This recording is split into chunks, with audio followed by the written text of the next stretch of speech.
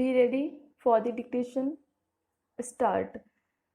Sir, on the other hand, for the centrally sponsored schemes, grants and loans which have been cut is to the tune of rupees 1.34 crores. Thus, in effect, the devolution actually is from 61% to 62%, which is absolutely nothing.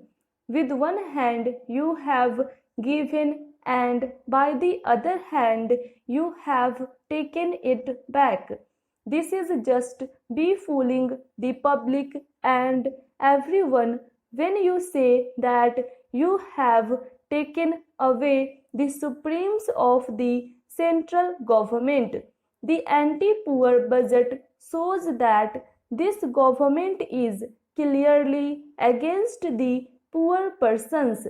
The government is justifying the cut on integrated child development scheme by saying that because they have now introduced a new scheme of sharing with the states, there will be a category fully funded by the center. The second category would be where there will be a sharing between the states and the center, and the third category would be where the center will not pay a single rupee for the schemes, which will be fully borne by the states. So they have now made out three categories. The Backward Region Growth Fund, which clearly helped the backward areas in the country, has been totally abolished. No mention has been found about the 100 smart cities. I am surprised that these cities have vanished from this budget. Where they have gone, we don't know. The 100 smart cities were vehemently proposed in the first budget of this government. Now 23 schemes will be funded by the center. 13 schemes will be shared between the states and the center, and there are schemes which are totally delinked. As regards National E-Governance Plan, no fund has been allocated for modernization of police. Not a single paisa is to be given by the center for the National E-Governance Plan. I would like to speak a few words on the roadmap and policies of the center.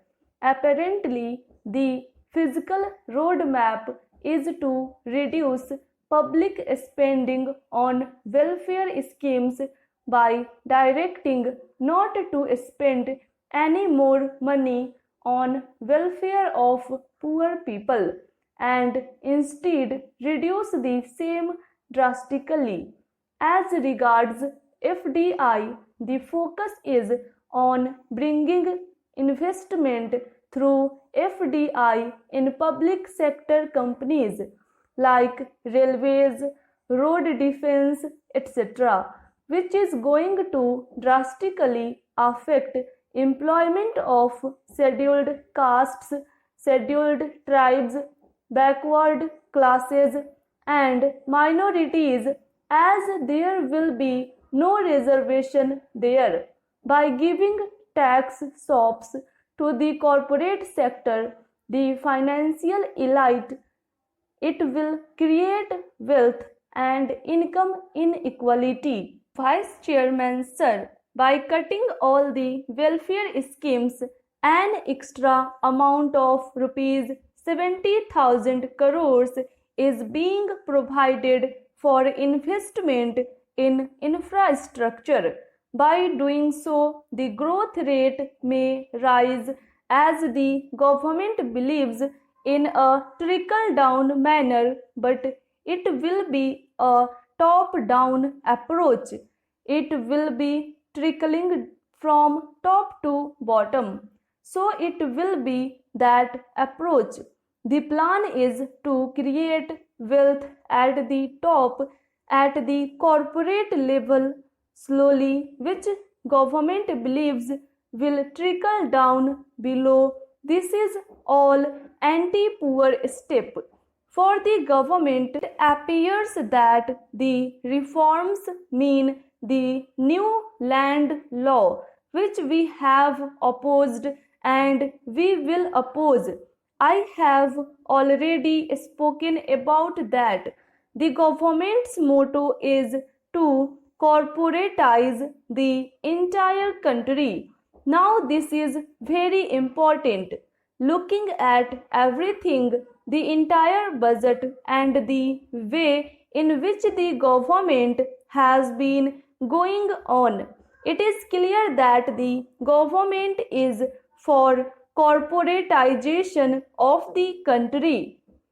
Sir, I request all the members that while taking on the legislation for the corporatization of the country, they should stand against this type of policies by voting.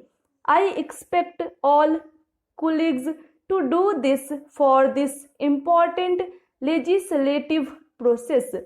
Sir, I tried to read the budget speeches of the UPA and speeches of then opposition leader and other opposition members.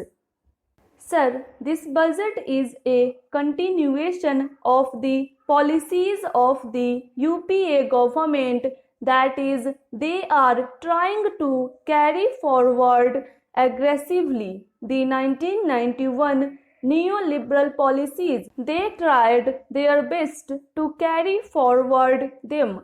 Sir, I tried to get the copies of the speeches of the then leader of the opposition. We had several wonderful speeches by Mr. Arun Jaitley in this house, particularly on budget, but I could not find out the speech for 2013 to 14 because at that time nobody could speak on budget because we in the opposition jointly obstructed the budget discussion. The word obstruction is the new terminology used in the budget discussion. It is obstructive or it is constructive. It depends upon the perspective. If you look through the eyes of the corporate, then obstruction to the policies is obstructive. If you look through the eyes of the common man of this country, then this obstruction is changed into a constructive approach. Sir, protest, agitation, obstruction is a part of democracy. Stop.